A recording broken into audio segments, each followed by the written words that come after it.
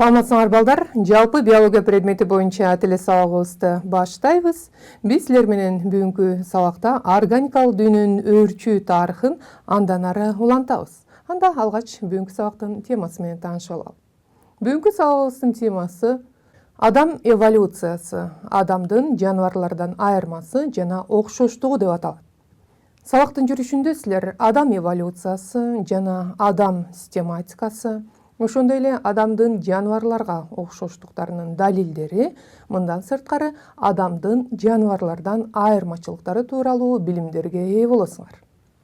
Демек, биз силер менен бүгүнкү сабактын жүрүшүндө Адам эволюциясы тууралуу кеп кылат экенбиз. Деги эле Адам пайда болгондон тартып, Адам кантип келип чыккан, ал кантип жаралган деген суроого кызыгып келишкен. Так ошол Адамдын келип чыгышы, же болбосо пайда болушу жана Адам эволюциясынын өөрчүү процессин биз антропогенез деп атап коебуз. Грек тилинен которгондо антропос Адам, ал эми генезис келип чыгуу дегенди түшүндүрөт. Анда сөз башынан болсун, алгач ушул Адамдын келип чыгышы тууралуу ой айткан инсандарга кайрылып көрөлү. Алгачкылардан болуп Адамдын келип чыгышы тууралуу ойду жана Адам систематикасы тууралуу кабарды илимге киргизген инсан Карл Линней болгон. Ал өзүнүн жаратылыштын системасы деп аталган китебинде өсүмдүктөрдү жана жаныбарларды систематикалаган. Ошол эле кезекте Адам баласын дагы систематикалап, Адамды приматтар тобуна биринчилерден болуп киргизген. Андан кийин Чарльз Дарвин өзүнүн Адамдын келип чыгышы жана жыныстык тандоо деген эмгегинде Адам кантип келип чыккан, Адам менен жаныбарлардын окшоштуктары, алардын ичинен адамсымал маймылдарга Адамдын окшоштуктары тууралуу бир топ маалыматтарды айтуу менен эволюция процессинде Адам баласы бул эң жогорку баскычта турган жогорку түзүлүштөгү муун болуп эсептелинет жана Адам баласы адамсымал маймылдар менен тектеш деп айтып кеткен. Бир топ инсандардын жана илимдин жетишкендигинин негизинде Адамдын систематикасы түзүлгөн. Анда биз алгач систематикалык топторго кайрылып коелу. Биз билгендей, биз адегенде систематикалык топтордун эң чоң катары дүйнөнү кабыл алабыз. Дүйнө дүйнөчөгө, дүйнөчө типке, тип типчеге, ал эми класс болсо түркүмгө, түркүм урууга, уруу тукумга, тукум түргө ажыраары силерге белгилүү. Анда биз Адамдын систематикасына кайрылалычы. Адам кайсыл түргө, кайсыл дүйнөгө кирет? Алгач түрдөн баштайлы. Адам баласы акыл эстүү Адам деп аталган түргө кирет экен, ал эми тукумубуз болсо Адам тукуму. Уруу, гоминидтер уруусуна киребиз, же болбосо адамсымал маймылдар деп коебуз. Түркүмү приматтарга киргизебиз. Класстар биз билебиз, сүт эмүүчүлөр классына киргизебиз. Типчебиз омурткалуулар, тип хордалуулар тибине, дүйнөчө көп клеткалуулар, ал эми дүйнө болсо жаныбарлар дүйнөсүнө кирет экен. Демек, силер бүгүнкү сабактан баштап Адам систематикасын жатка айта алат болушуңар керек деп ишенем. Башкача айтканда, Адам систематикасына кайрылалычы десек, анда Адам бул жаныбарлар дүйнөсүнө, анын ичинен көп клеткалуулар дүйнөчөсүнө, хордалуулар тибине, омурткалуулар типчесине кирет. Биз кирген класс бул сүт эмүүчүлөр классы деп аталат. Приматтар түркүмүнө киребиз, гоминидтер уруусуна, Адам тукумуна, ал эми түрүбүздүн аты болсо акыл эстүү Адам деп аталат деп жатка айталат болушуңар керек. Кандайча ушундай систематикалык топтор пайда болгон? Деги эле адамдар, инсандар, окумуштуулар кантип Адамды систематикалаган десеңер, анда биз Адам менен жаныбарлардын окшоштуктарына кайрылып көрөлү. Башкача айтканда, бир топ жаныбарларга окшошун белгилерине карап, Адамды төмөндөгүдөй систематикалаган. Мисалы, биз Адамдын тиби бул хордалуулар тиби деп айтып кеттик. Эмне үчүн мындай деп айтып жатабыз? Анда биз хордалуулар тиби менен Адам баласынын окшоштугуна кайрылып көрөлү. Биз төмөнкү жана жогорку түзүлүштөгү хордалуулар менен катар Адам баласын алып карап көрөлү. Мисалы, төмөнкү түзүлүштөгү баш сөөксүз хордалуулардын өкүлү болгон ланцетникте хорда өмүр бою болот да, денесинин башынан аягына чейин узатасынан кеткен ок скелет болсо, ал эми жогорку түзүлүштөгү хордалууларда ал кийин омуртка тутум менен алмашат. Нерв системасына карала турган болсок, түтүкчө түрүндө. Мисалы хордалуулардын төмөнкү түзүлүштөгүсү ланцетникте нерв түтүгү ушул хорданын үстүндө орун алса, ал эми жогорку түзүлүштөгү хордалууларда баш скелеттин ичинде баш мээси, омуртка тотумунун омуртка каналында жүлүн жайгашат. Баш мээ жана жүлүн борбордук нерв системасын түзөт. Тамак сиңирүү системасына кайрылалы, каналча түрүндө экендиги баарыңарга белгилүү. Сууда жашаган ланцетник балыктарда тамак сиңирүү системасы дем алуу системасы менен байланышта. Башкача айтканда, кулкундун капталдарында бакалоор тешикчелери ачылат дагы.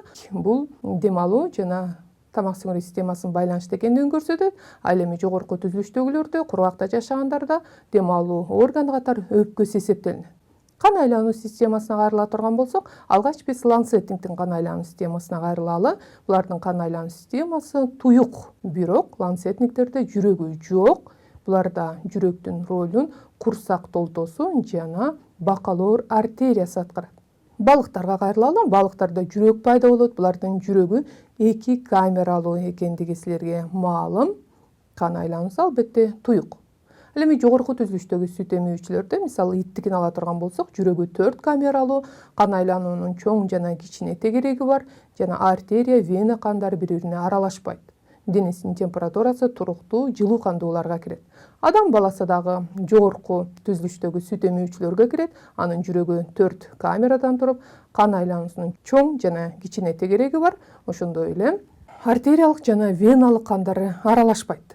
Эми биз силер менен адам жана жаныбарлардын окшоштугун мисал келтирүү үчүн морфологиялык далилдерге кайрылып көрөлү. Атавизм.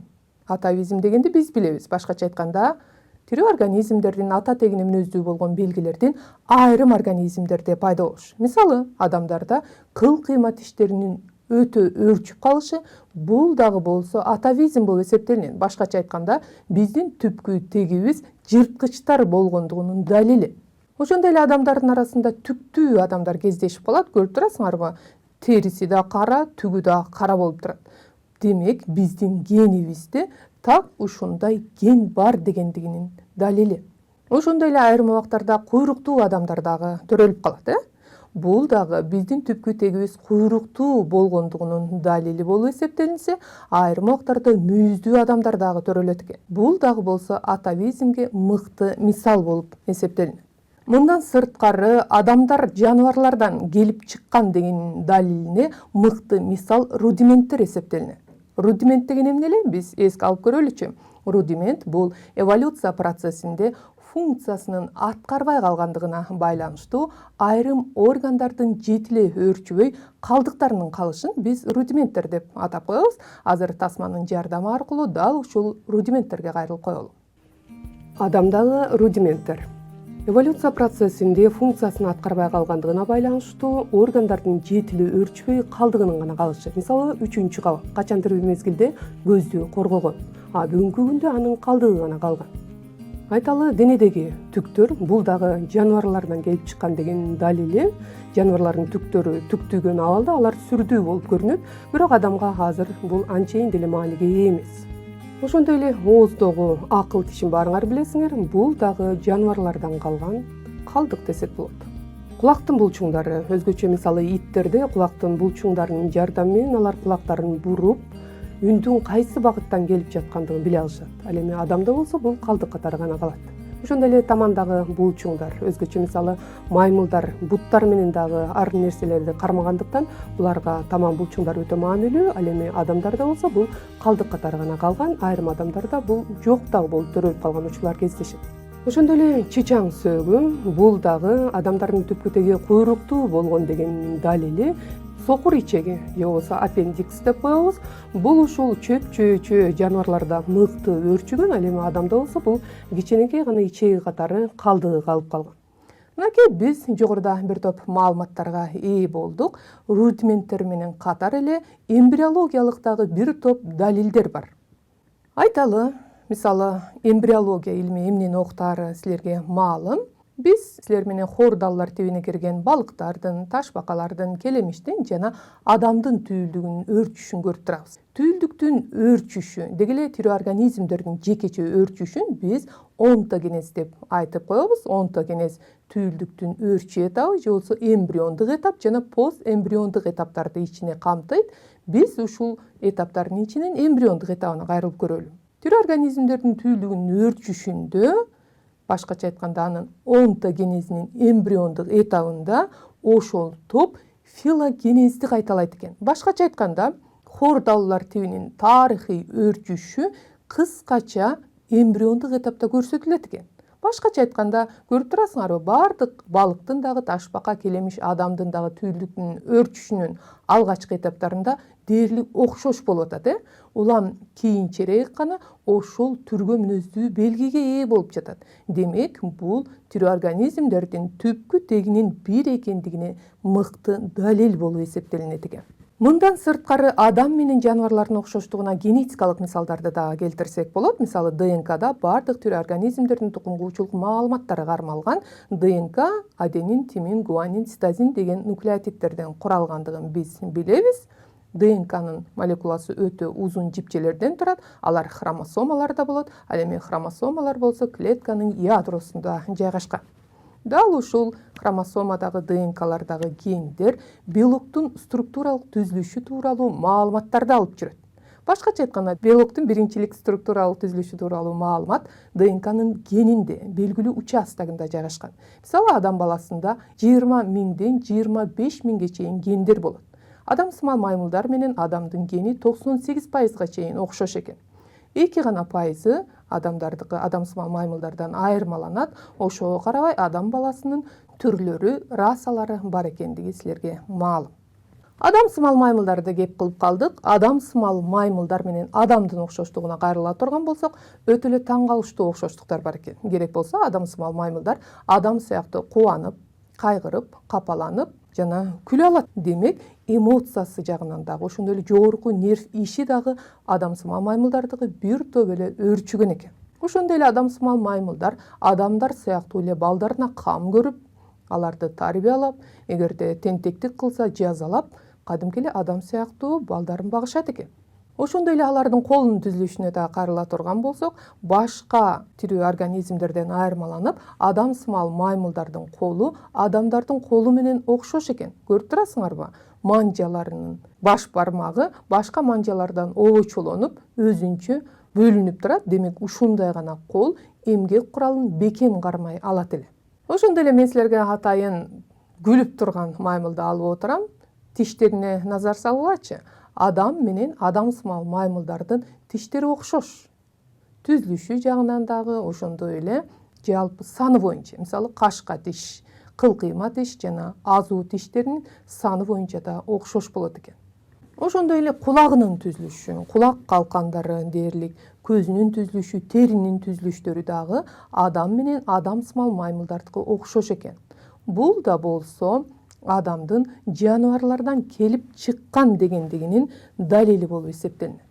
Мынакей балдар, биз силер менен бир топ маалыматтарга кайрылып өттүк. Эми кеп кезегин суроого берели. Адамдардын хордаллар тибине окшош эң негизги белгиси кайсы деп ойлойсуңар? Биринчиси жылуу кандуулугу, экинчиси балдарынын ичтен өөрчүшү, үчүнчүсү ички ок скелети, төртүнчүсү азыктанышы деген жооптор болду. Ойлонуп көргүлө, адамдардын хордаллар тибине окшош эң негизги белгиси кайсы деп ойлойсуңар? Жылуу кандуулугубу, же балдарынын ичтен өөрчүшүбү, же ички ок скелетиби, же азыктанышыбы? Анда биз силер менен туура жоопко кайрылалы. Бул көрсөтүүчүнчү экен. Башкача айтканда, бардык хордаллар тибине кирген тирүү организмдердин ички ок скелети хордасы болот. Төмөнкү түзүлүштөгүлөрдө ал хорда өмүр бою сакталат. Ал эми жогорку түзүлүштөгүлөрдө хорда омуртка тутум менен алмаш. Эми биз силер менен адамдар менен жаныбарлардын айырмачылыктарына кайрылалы. Деги эле адам баласы тик туруп баскандыгына байланыштуу дене түзүлүшүндө бир топ анатомиялык, морфологиялык өзгөрүүлөр келип чыккан. Мисалы, силер адамсымал маймыл менен адамдын скелетин көрүп турасыңар. Ушул жерде жамбаш сөөгүнө назар салгылачы. Мисалы, маймылдардын жамбаш сөөгү бир топ узун болот. Ал эми адамдын жамбаш сөөгү бир топ эле тик туруп баскандыгына байланыштуу кыскарган. Кыскаруу менен катар анын туурасы тескерисинче адамдардыкы жазыланган. Эгерде тик туруп басып бара жаткандагы ушул жамбаш сөөгүнө назар сала турган болсоңор, адамдын жамбаш сөөгү кыскаруу менен катар ал жазыланган. Башкача айтканда, үстүңкү органдар, мисалы ичегилер, жүрөк, өпкө, боорлор жамбаш сөөгүнө күч келтирет. Андыктан жамбаш сөөгү чара сыяктуу астынан үстүңкү органдарды тосуп турат. Ошондуктан ал жазыланып калган жана бири-бирине бекем ашташкан. Аны менен катар жамбашка бекиген кашка жиликке назар салгыла. Кашка жилик ичти көздөй имерилип орун алат. Башкача айтканда, ичти көздөй кыйшайып атат дагы. Анан кашка жилик менен жото жиликтин бириккен жериндеги муун, биз тизе мууну, мынакей бул дагы жамбаш сөөгүнө мыкты күч негиз болот. Ошондой эле таманына дагы назар салып көргүлө. Таман дагы, тизе дагы бул жамбашка бир топ негиз күч берип турат.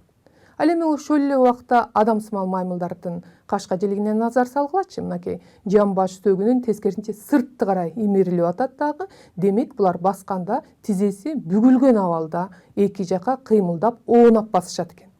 Мындан сырткары таманда дагы булардын бутундагы бир манжасы, колунун манжасы сыяктуу өзүнчө обочолонгон дагы, өз кезегинде негизги салмак 4 манжага түшөт. Адамдардыкы сыяктуу 5 манжага чейин күч келбейт экен. Ошондой эле жамбаш булчуңдарына да кайрылып коеюн. Булчуңдары адамдык тик туруп баскандыгына байланыштуу бир топ эле кыскарган.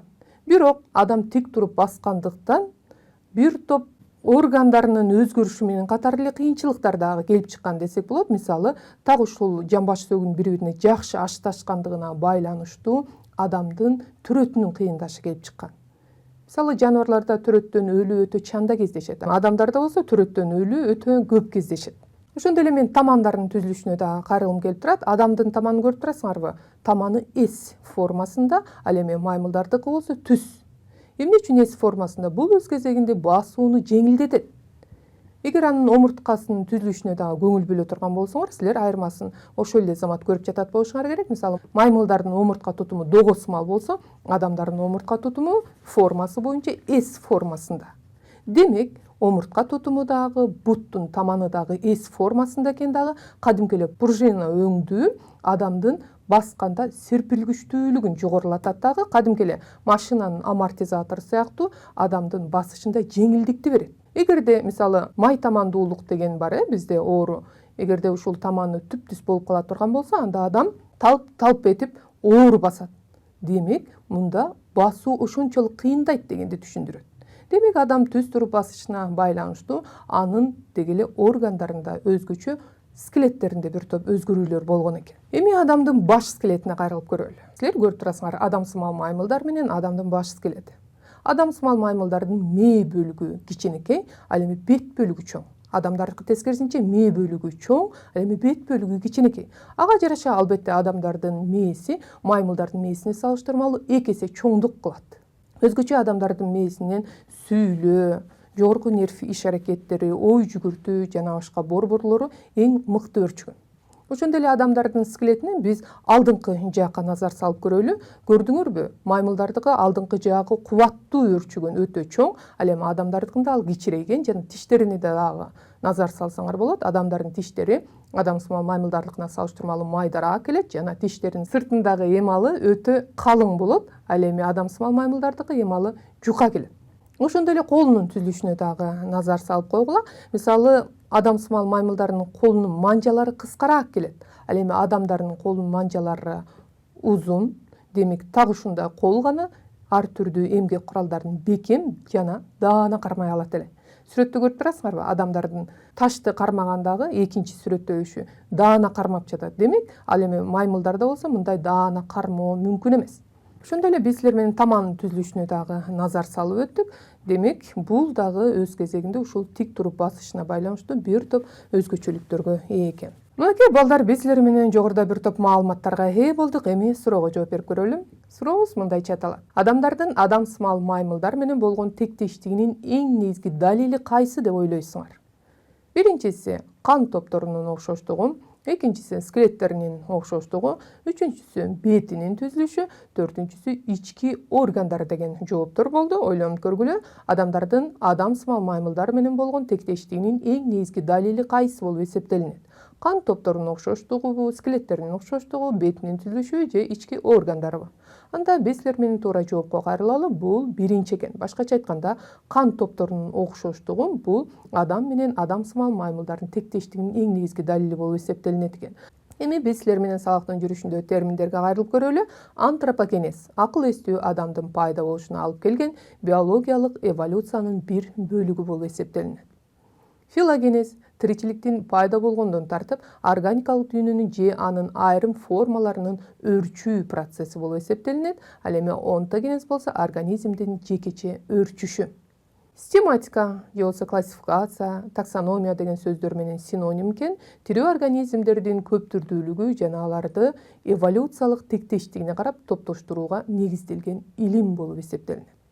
Ошентип, балдар, биз силер менен бүгүнкү сабактын жүрүшүндө адам эволюциясына баш багып, адам баласынын жаныбарлар менен болгон окшоштугу жана айырмачылыктарына кайрылып өттүк. Сабакка көңүл бөлгөнүңөр үчүн ыраазычылык билдирейин. Кайрадан көрүшкөнчө саламатта тургула.